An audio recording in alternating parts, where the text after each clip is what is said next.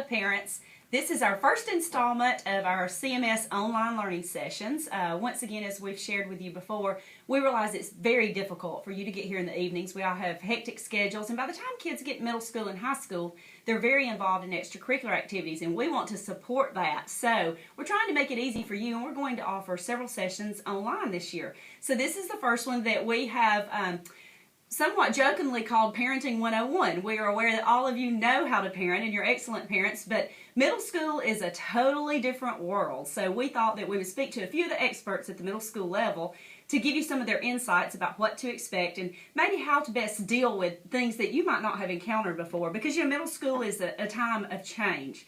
It's a time of independence. It's a time of breaking away, and that can be a struggle. We see kids often, they've had the same friends all the way through school. Once they get middle school, they start gravitating toward different friends, which is great because now you'll see that they'll move toward friends that have similar interests, whether that be academics, drama, art, athletics, and we just have to keep check on that, but we do expect them and encourage them and support them to branch out a little bit. We also see students who struggle for the very first time academically. The rigor is increased here at the middle school. We're a stepping stone for the high school, so we expect more out of our students, but with those higher expectations, sometimes will come a little extra struggle, and that's okay because we're all here to support the children and help them make it through it.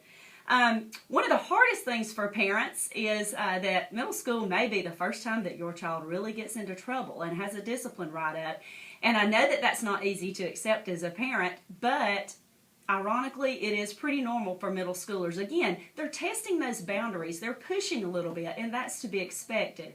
So you go through all these changes as the students are trying to figure out who they are. And I guess it's best summed up. I had a student last year ask me, they said, "Miss Knight, you've worked with everything in K through 12. Why on earth would you want to be at the middle school?" And I said, I have done everything K through 12, including being the assistant superintendent. But I love being back at the middle school. And I think the real reason is because you start to see kids become who they will be as adults. They come to us as sixth graders, and they're still sixth graders, and they're little and they're shy a little bit, and they're just testing the waters for the first time, and they're not really sure of who they are. But by the time they leave in 8th grade, we already have a great idea of who these kids will be. They've shown their interest, they've gotten involved, they've made those friends, and it's just really interesting to see them grow into totally different people over the course of 3 years. So we do love our middle schoolers. We're here to support them. We're here to support you.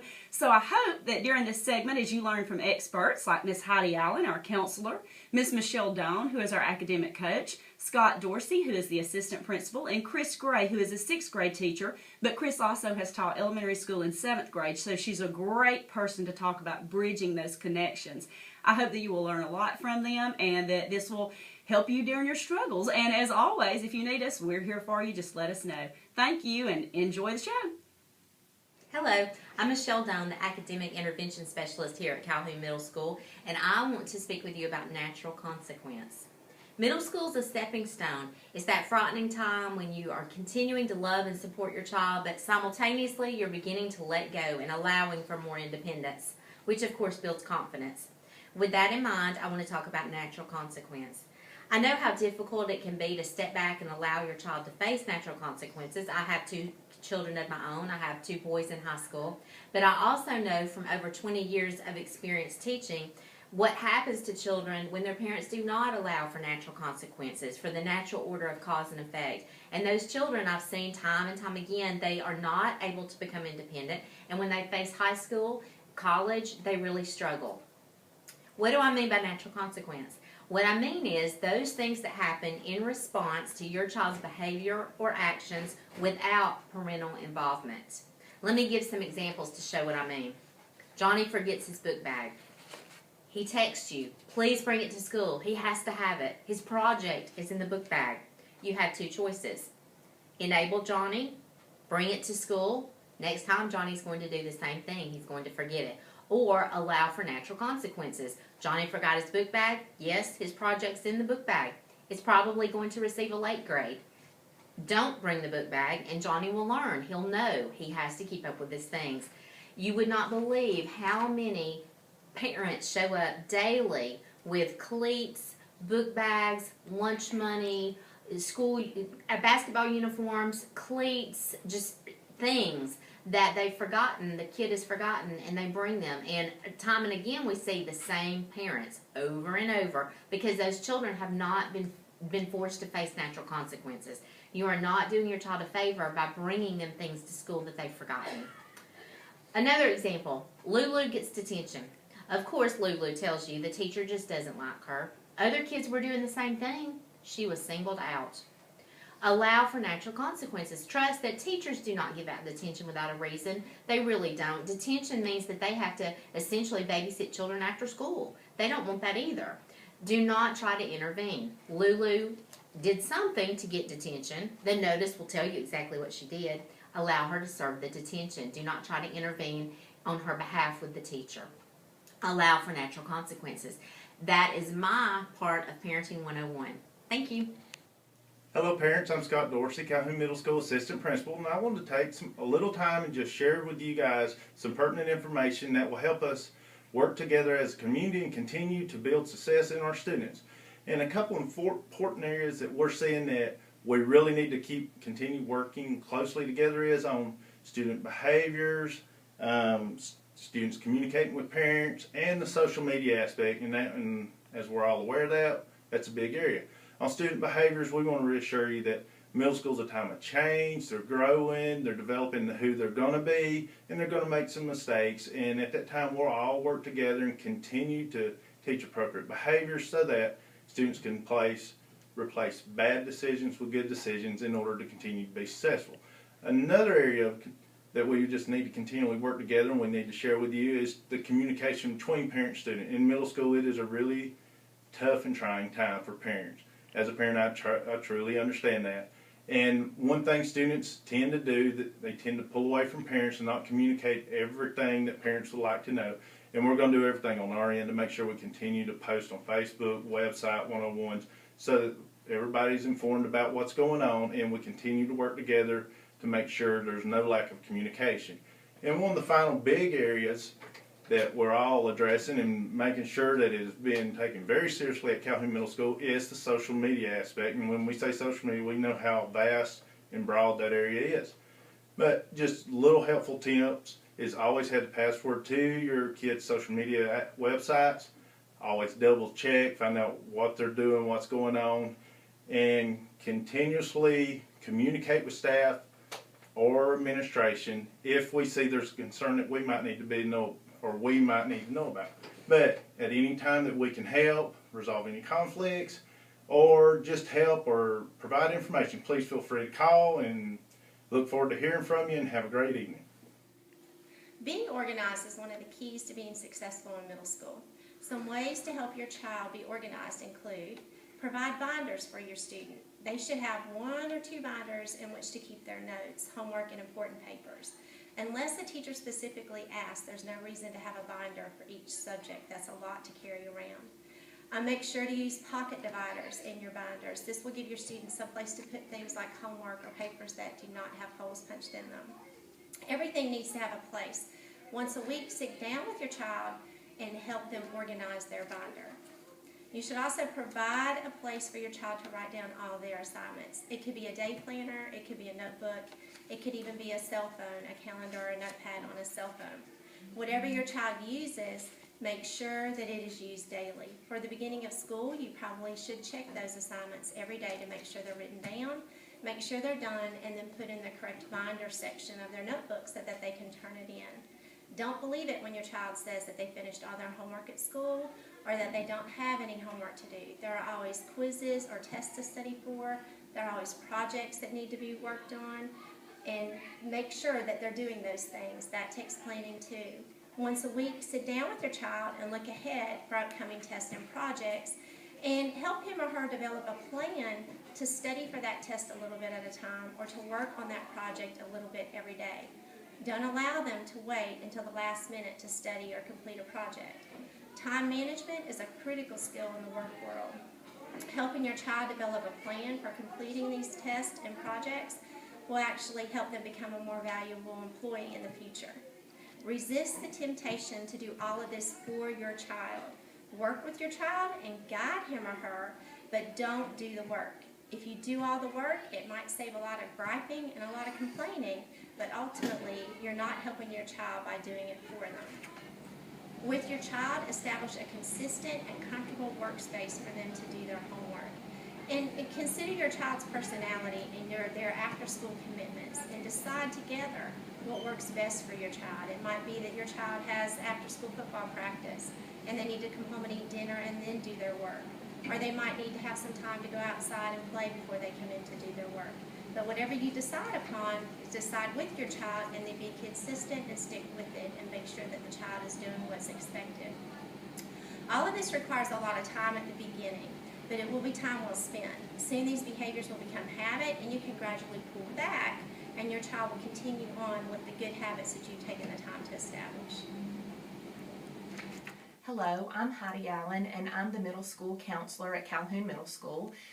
I have worked at all levels, middle school and high school. I spent 8 years at a middle school and 10 years at the high school, and I'm glad to be back working with middle school students.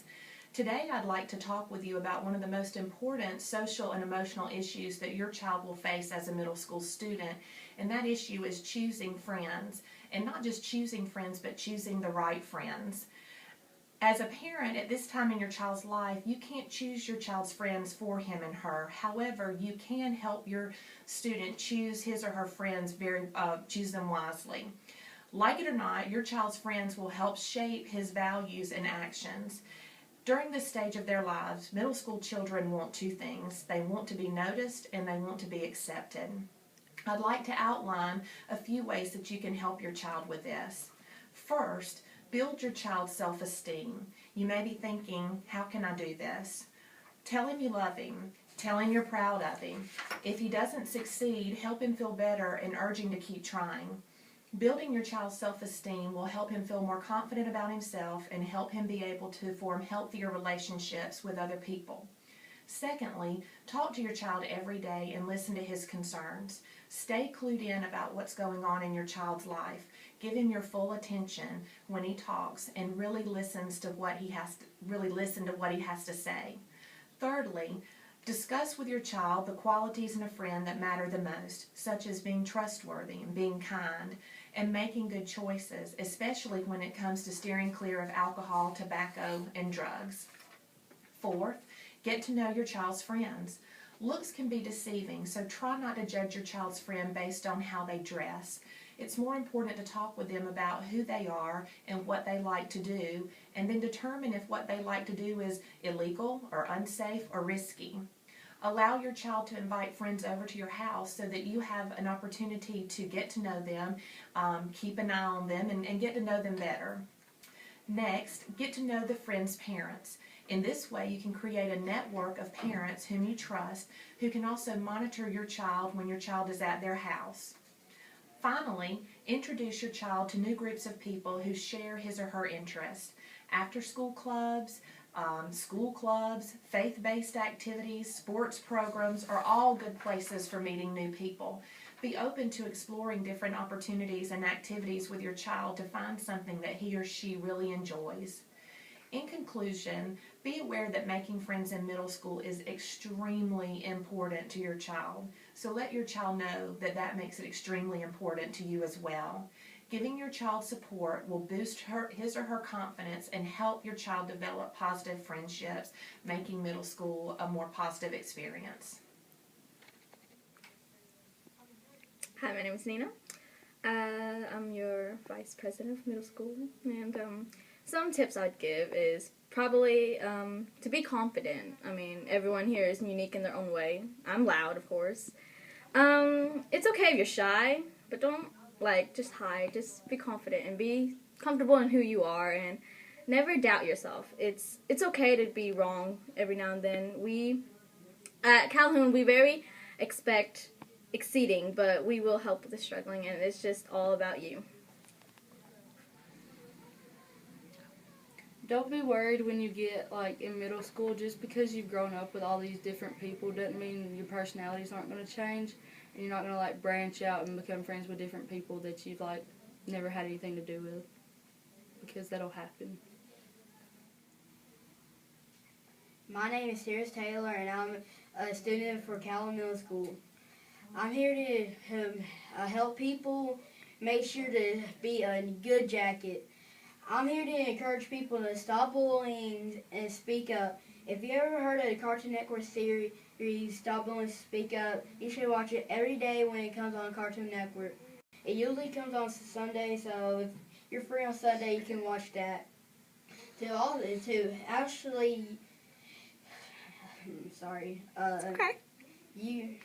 If you gotta try for all sports, even if you don't make it, you have to try hard and try to make the team. If you don't make the team, don't cheer up. Just try again next time when they're hosting tryouts. I'm usually going to try for basketball this year, and I'm vice president for my class, and I love Calhoun Middle School, and this is my first year. And usually there was freshman, sophomore, junior, and senior at middle school. I'll be a freshman. I'm Tierce Taylor, and I'm a young jacket, and I'm signing off. Thank you. My name is Noah Strickland, and I'm in the 8th grade. And when I came to middle school, some tips I picked up was just because your friends do something, you don't have to do it because it might be bad. Hello, I'm Kush Patel. I'm a student ambassador, and I want to tell you something about Calhoun City School. You could use your phone, but not badly. Like, don't put bad pictures and that stuff. And Calhoun is fun because you have all activities and every single team. And you can use your phone for make sure you don't throw and stuff. And you will have big fun because we have new school, and you will like it. Well, I hope you have learned some interesting facts today and maybe something that can help along the way. And as a parent, I know I'm always worried about, is my kid the only one doing this? Is my kid the only one thinking or saying this? And maybe now you realize that it's not just your kid. It's an entire generation. And as a matter of fact, I had a resource I would love to share with you. Each year, for the last 2 years, I have had the opportunity to go hear a man speak. His name is Tim Elmore. Anything I have read from him has been fantastic. His presentations are very interesting. The latest book that I've been reading for him is called Generation IY, Our Last Chance to Save Their Future. I would strongly recommend this book. It does kind of make you go, our kids are growing up in a totally different world than we grew up in, and it does change them a lot. And just to let you know a little bit about where he's coming from with Generation IY, because we've heard of Generation Y, we've heard of Generation X, all of these. He says Generation Y generally is defined as those born between 1984 and 2002. The younger millennials, born after 1990, resemble their Generation Y counterparts in many ways, but they also are in stark contrast. He gives more details later in the book. More than any previous group, this younger population has been defined by technology, which is why he thinks it's accurate to term them Generation IY. Why that title? Again, this makes perfect sense. It's because of the tangible impact of the I world, the internet. This population born in the 90s and afterwards has literally grown up online. Theirs is the world of the iPod, iBook, iPhone, iChat, iMovie, iPad, and iTunes. And for many of them, life is pretty much about I. And the book makes perfect sense, and working with kids every day like we do, it does make perfect sense in how we've changed things. We think about the world as being so much more dangerous now than it was when we were growing up. And in some ways it is, but in some ways it isn't. And he talks a lot about creating a generation of students wrapped in cotton and confidence. And I thought that was pretty interesting. The confidence, he says, a lot of times is false confidence because maybe we have pumped our kids up a little bit too much, and we wrap them in cotton because we don't let them make mistakes. We don't let them fall down. And as I was reading this, I came upon an article online that I thought was pretty interesting. And as we close, I just wanted to share the 10 tips that this author chose to share with us about kids in this generation. And he says we should let them live now. Number 1, are they 3rd grade and up? Let them ride their bikes around the neighborhood without it being a family bike ride. Just tell them to be home by a certain time and expect them home by that time. Number 2, stop putting lawn chairs out and watching them play foursquare in the street. Remember growing up and yelling, "Car!" Well, they can do that too. Number 3, are you making school lunches for your little babies? Stop. If your kid is in kindergarten, they can make a sandwich. Number 4, are they using Legos, building cool ships in cities? Then they can fold their own laundry and they can put it away. They can also pack their own backpacks and they can put groceries away too. Number 5, let them walk the dog without you. Number 6, if they come to you with a popsicle and cannot open it, do not open it for them. Tell them to figure it out. Number 7, instead of specifically instructing, do this, then you do this, then you do this, say, I don't know. What do you think? And mean it when you say it. Number 8, let natural consequences be their guide. You don't brush your teeth long enough? Well, guess who's going to get grilled at the dentist next time? Number 9, don't hide from the Miley Cyrus story. It presents itself. Don't tell them what to think. Ask them what they think about it. Ask them to share with you what they feel.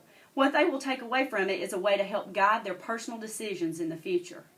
And number 10, raise your expectations on behavior and responsibility. Even more. When you expect more, you will get even more. And I thought that summed it up pretty well because, you know, as a school system, we talk a lot to local business owners to see how do we improve our product? How do we improve our students so that they're ready for the world, whether that be college, career, technical school. And time after time after time, we hear the folks in higher ed, business owners saying, you know what, we can teach people the job. What we need are people who are team players and problem solvers. And that's what we have to do. We have to back off. Give our kids some independence. Let them solve their own problems. Are they going to fall down? Yes. Is it going to hurt them? Yes. It might even hurt us more. But in the end, like the author says, if we expect more, we will get more, and the students will learn how to make their own decisions and be successful in life. I do hope this session has been helpful for you. If you have any suggestions or ideas of future sessions that you would like to have offered, please don't hesitate to let us know. Thank you very much. Bye-bye.